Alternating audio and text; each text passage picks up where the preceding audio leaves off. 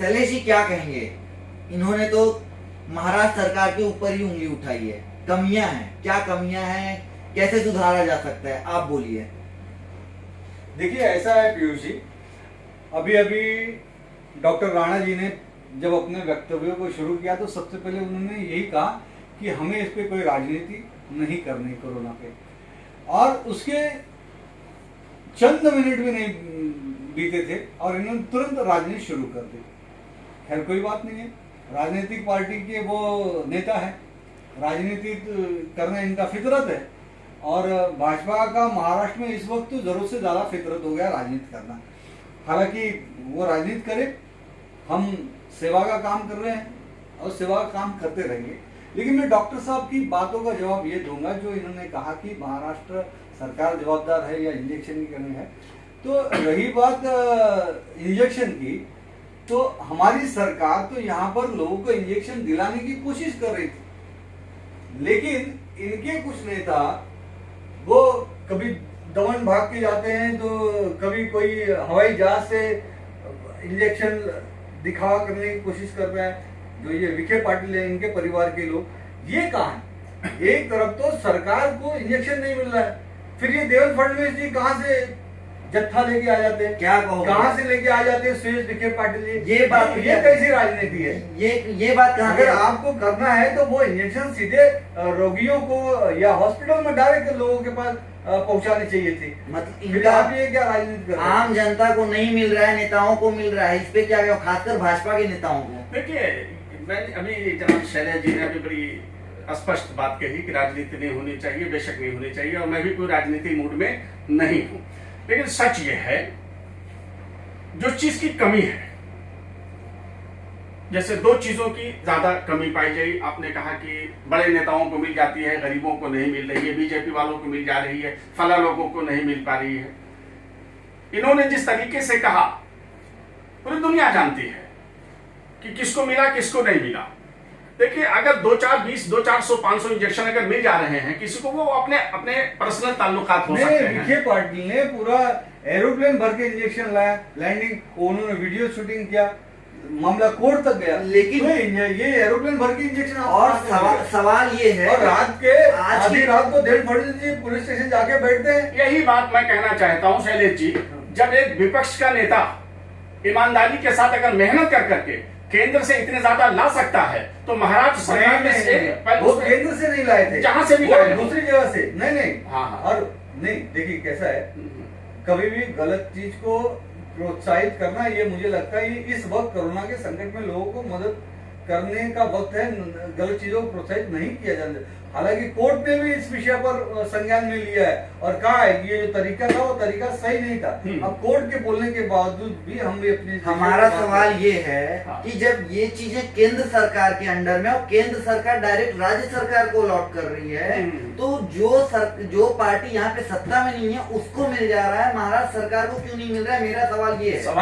ये डॉक्टर साहब, मैं इस बात का जवाब दूंगा क्योंकि आपने अपनी बात पूरी रखी, मैंने मेरी विषय को पूरा रखा नहीं और बीच में ये सारे इंटरप्शन आ गए। महाराष्ट्र सरकार की जहां तक बातें, में ये जो डॉक्टर साहब ने बात की शुरुआत की, आज सही मायने में मैं अगर शुरू से गिनाऊं जब से कोरोना आया है, महाराष्ट्र में उद्धव साहब ठाकरे जी एक संवेदनशील मुख्यमंत्री के नाते बड़े ही संवेदनशीलता के साथ लोगों की सेवा कर रहे हैं और कोरोना से लड़ रहे हैं। लेकिन जब भी कोई ऐसा कठोर निर्बंध, कठोर कार्रवाई करने का विषय आया, तो इनके पार्टी के लोग और यही लोग आ जाते हैं कि नहीं, हम आंदोलन करेंगे, हम रास्ते पे उतरेंगे। आज मैं आपको गिनाऊंगा, ये इन्होंने जो कहा कि हम राजनीति नहीं करना चाहते, ये कैसे, क्या क्या राजनीति की है। जब पहला लॉकडाउन लगा तब सबसे पहले यहाँ पे कामगारों को लेकर वहां पर बैंड्रा में सबसे पहले इनके लोग रास्ते पे उतरे और आंदोलन शुरू कर दिए। सरकार इस्तीफा तो कर दी। बाद में विषय आया एमपीएससी एग्जाम का। एमपीएससी एग्जाम के लिए इनके एक नेता विधायक पूना के, वो हजारों लोगों को लेकर रास्ते पे उतर गए और आंदोलन करना चालू हो गया। विद्यार्थियों को पूरे महाराष्ट्र में आंदोलन शुरू हो गया। बताइए, कोरोना के जिस काल में आदरणीय नरेंद्र मोदी जी ये कहते हैं कि सोशल डिस्टेंस रखिए, उस वक्त अगर हजारों लोग रास्ते पे थे तो आज वो क्या कोरोना को फैलाना नहीं हुआ? और 10 दिन के बाद डॉक्टर साहब वही विद्यार्थी लोग मुख्यमंत्री को पत्र लिखते हैं कि नहीं, हमारा एग्जाम बढ़ाइए, कोरोना बढ़ रहा है। इसको डेट आगे बढ़ाइए। और जब इनके हाथ से वो विद्यार्थी निकल जाते हैं तो उसके बाद ये व्यापारियों के पास जाते हैं कि नहीं, व्यापारियों को आंदोलन करना चाहिए, व्यापारियों को रास्ते को उतारने की कोशिश करते हैं। और कई बार तो छोटे छोटे बच्चों को लेकर ये आंदोलन, कुछ भी बात होती है तो मुख्यमंत्री इस्तीफा दो, इस्तीफा दो, इस्तीफा दो, ये चालू हो जाता है। सहयोग की जो भूमिका एक विरोधी पक्ष की होनी चाहिए वो महाराष्ट्र में मुझे भारतीय जनता पार्टी की नहीं दिखती है। इनको तो यही लगता है कि ये केन प्रकारेण ये महाराष्ट्र की सरकार गिर जानी चाहिए, इसको गिरा दी जानी चाहिए। और ये इनकी छटपटाहट है क्योंकि 105 विधायक लेकर बैठे, इसके बावजूद महाराष्ट्र की सत्ता में नहीं है, इसलिए सत्ता न मिलने की छटपटाहट है, जिसके कारण ये कोरोना की संकट काल में भी सिर्फ और सिर्फ राजनीति कर रहे हैं। क्या कोरोना से लड़ने का एक ही वो है, ऑप्शन है कि उद्धव ठाकरे इस्तीफा दें? क्या कहेंगे इस पे? देखिए, इस्तीफा क्यों देंगे, वजह उसकी होती है। इंजेक्शन आया, शैलेश जी ने कहा किसको मिला, इन्होंने पिछले दिनों के जो मामला पेश किए, ठीक है, ये पूरा महाराष्ट्र, पूरी दुनिया जानती है महाराष्ट्र के नवैयत को। अभी हम लोग बहस इस बात पर कर रहे थे कि महाराष्ट्र में परिस्थिति बहुत खराब है और इस परिस्थिति को बेहतर बनाने के लिए उपाय क्या है। मैंने इतना कहा कि उपाय यह है कि जब हम हालात को देखते हुए, आम लोग जब बीमार पड़ते हैं और उनके लिए दवाओं का जखीरा हम ना रख करके, एक छोटी सी बात मैं बता रहा हूं, आज की ही बात है, मेरे पास किसी ने एक वीडियो भेजा। महेंद्र वेस्ट में टेम्बा हॉस्पिटल है, टेम्बा हॉस्पिटल के बाहर बोर्ड लगा हुआ है कि यहाँ ऑक्सीजन खत्म हो चुका है, बेड भी फुल हो चुके हैं, अन्यथा नए पेशेंट हमसे कांटेक्ट ना करें। आप बताइए, गरीब आदमी, एक ही सरकारी हॉस्पिटल है, वहां बोर्ड लगा दिया गया है, कहां जाएगा? मोदी जी के पास मांगने जाएगा, या यहाँ के लोकल डॉक्टरों के पास जाएगा, या यहाँ के कमिश्नर के पास जाएगा, या यहाँ के प्रशासन से वो शिकायत करेगा? वो तो जिम्मेदारी है ना, वो किसकी जिम्मेदारी है? यहाँ के लोगों की जिम्मेदारी है। शैलेश जी, मेरा सवाल आपसे है, हर चीज में आप प्रधानमंत्री मोदी को टारगेट कर रहे हो, हर चीज में, चाहे रेमडेसिविर दवा हो, चाहे वैक्सीन हो, ठीक है, केंद्र सरकार के पास बहुत लोड है इस समय, लेकिन कुछ दिन पहले, आज के 3 महीने या 4 महीने पहले ऑक्सीजन प्लांट के लिए पैसे आए थे, प्लस अभी फरवरी बीता है, 2-3 महीने पहले फरवरी बीता, 12,000 करोड़ का स्वास्थ्य का बजट है आपका। आपकी सरकार ने कितनी दवाइयां, कितनी ऑक्सीजन अपने बजट से किया, ये बताइए मुझे। देखिए, मैं आपके 3 प्रश्न आपने किए, मैं उसके जवाब दूंगा। डॉक्टर जी ने जो प्रश्न छोड़ा था कि मीरा भाईंदर में वो एक ही अस्पताल है, ऐसा नहीं है। जैसे ही वो पंडित भीमसेन जोशी अस्पताल फुल होता है, हमने स्वर्गीय प्रमोद महाजन हॉल में, वहाँ पे हमने कोविड केयर सेंटर का निर्माण किया हुआ है। हमने धर्माधिकारी हॉल है, वहाँ पे स्वर्गीय अप्पा साहब धर्माधिकारी हॉल, उसमें हमने कोविड सेंटर बनाया हुआ है।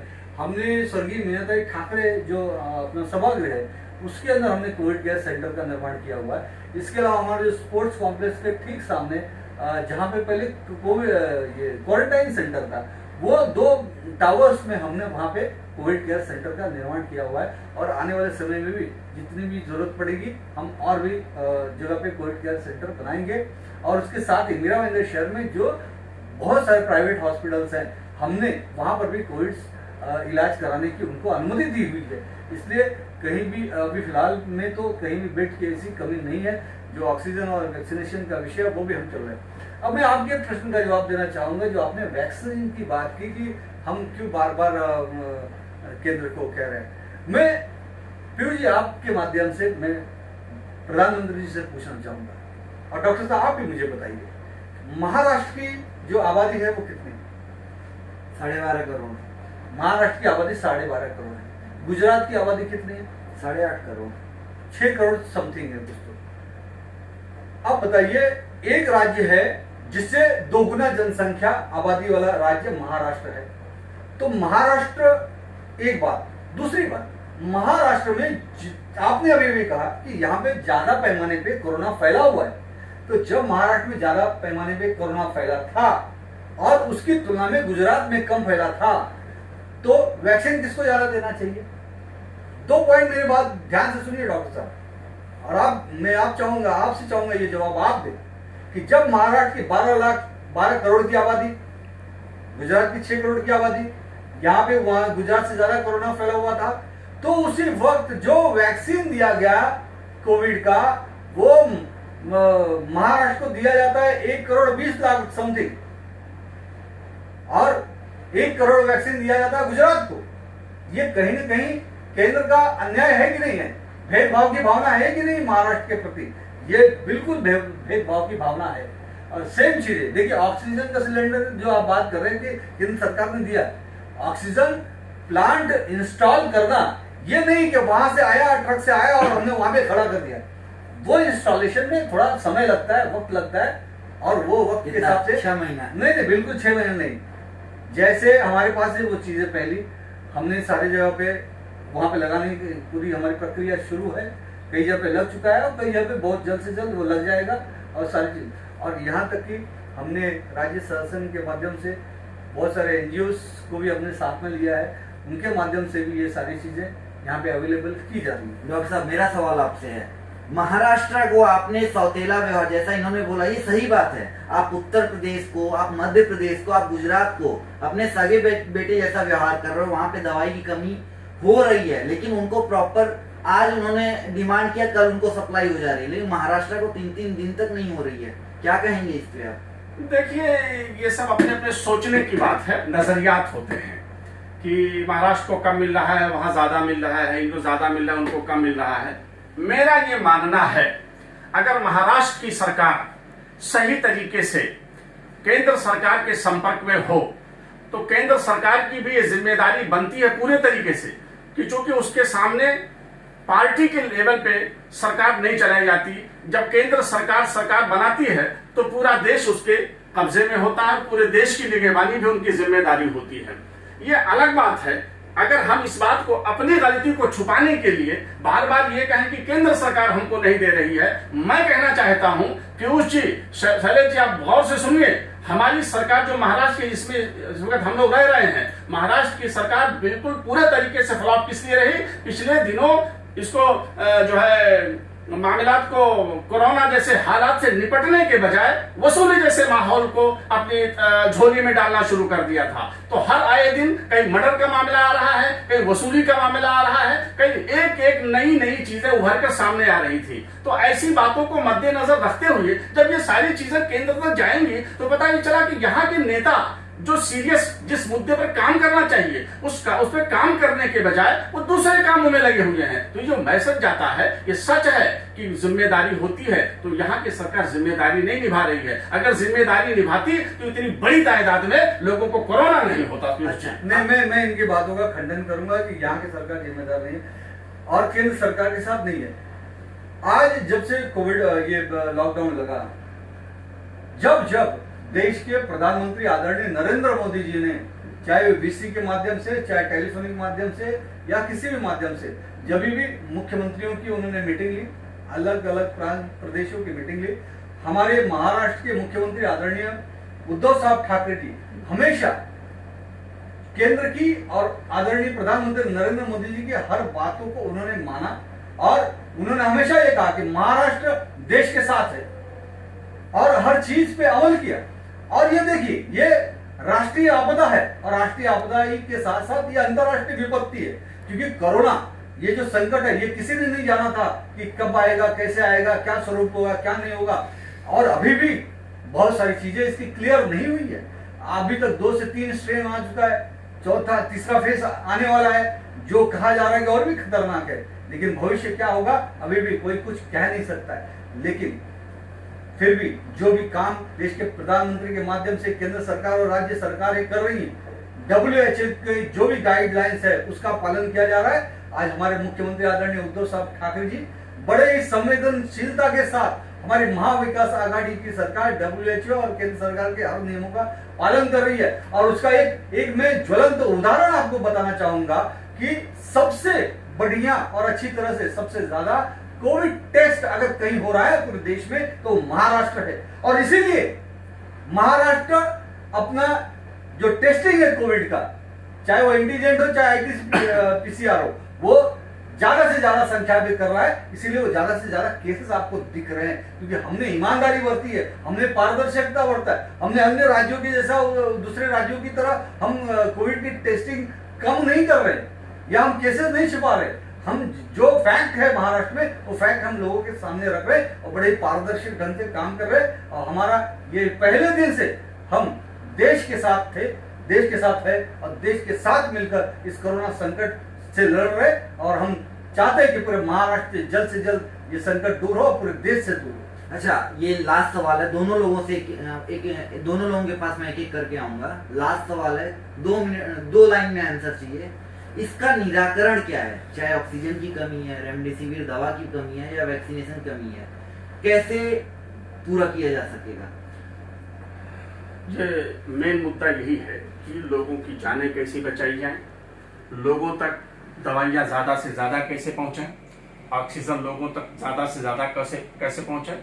इसके लिए ज़रूरी जो इक़दाम होते हैं, माननीय मुख्यमंत्री महाराष्ट्र के श्री उद्धव जी ठाकरे साहब, मैं इस वक्त पार्टी से हट कर बात कर रहा हूं, मैं उनसे अनुरोध करता हूं कि हर जिला में जिला लेवल पे जितनी भी ज्यादा सुविधा हो सके, मेरी पर्सनल राय है कि सारे बातों को रोक दिया जाए, सड़क भी निर्माण रोक दिया जाए, जितने भी काम हो सबसे पहली तवज्जो सारे कामों को छोड़कर इस बीमारी से निपटने के लिए फंड की कमी ना होने दिया जाए, ऐसा मैं अनुरोध करता हूं माननीय मुख्यमंत्री जी से। शैलेश जी, आप क्या सजेस्ट करना चाहेंगे? देखिए, मैं इस वक्त यही कहूंगा कि केंद्र सरकार, राज्य सरकार और स्थानीय निकाय, ये तीनों ने मिलकर बड़े ही अच्छे ढंग से समन्वय के साथ, ईमानदारी के साथ, पारदर्शिता के साथ सभी ने कंधे से कंधे मिलकर काम करना चाहिए।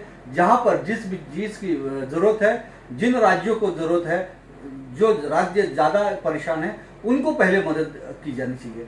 कहीं भी किसी भी राज्य के साथ भेदभाव नहीं होना चाहिए, क्योंकि अगर हम बात करते हैं तो हम ये बात करते हैं कि हम भारतीय हैं, हम भारत माता की जय बोलते हैं, और भारत माता में कोई एक अकेला प्रांत नहीं आता, सारे प्रांत आते हैं। आज हमारे लिए 138 करोड़ देशवासी वो भारतीय है, हमारे भाई बहन है, तो हमको प्रत्येक प्राणों की रक्षा करने का दायित्व ये हम सभी के ऊपर है। तो हमने भी बड़े ईमानदारी के साथ, चाहे ऑक्सीजन का विषय हो, चाहे वैक्सीनेशन का विषय हो, चाहे रेमडेसिविर का विषय हो, चाहे इक्विपमेंट का विषय हो, चाहे अन्य आरोग्य की सुविधा का विषय हो, और आने वाले भविष्य में अब जो रोजगार का विषय है, लोगों का पुनर्वसन का विषय है, व्यापार का विषय है, देश की अर्थव्यवस्था का विषय है, इन सारी व्यवस्थाओं पर हमें खुले दिल से और ईमानदारी के साथ हमें इस देश की रक्षा करने के लिए सबसे पहला हमारा कर्तव्य बनता है कि अपने देशवासियों के प्राणों की रक्षा करें, और प्राणों की रक्षा के साथ साथ हम उनके आने वाले भविष्य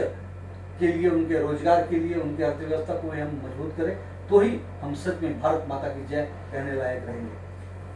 तो आपने सुना शिवसेना प्रवक्ता शैलेश पांडे जी को और महाराष्ट्र प्रदेश के पूर्व राज्य मंत्री जो बीजेपी के एक नेता हैं अहमद राणा जी को।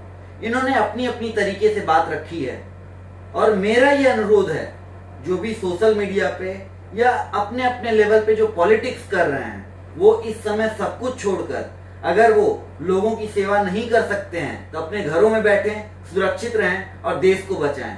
कैमरामैन विशाल के साथ मैं पीयूष सिंह, राष्ट्रवाद न्यूज।